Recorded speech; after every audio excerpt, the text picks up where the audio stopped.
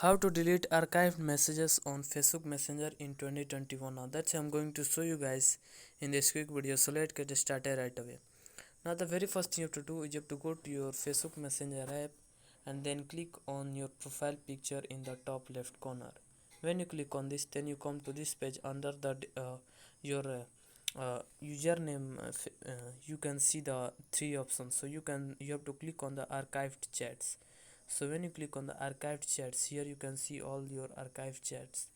So what you have to do to delete archive messages, chats from the chats of the Facebook or the chat conversation, is you have to long hold the chats or Facebook group, and then after that you can see the delete button in the bottom. So you can see the delete button in the bottom, so you have to click on the delete and then click on the delete.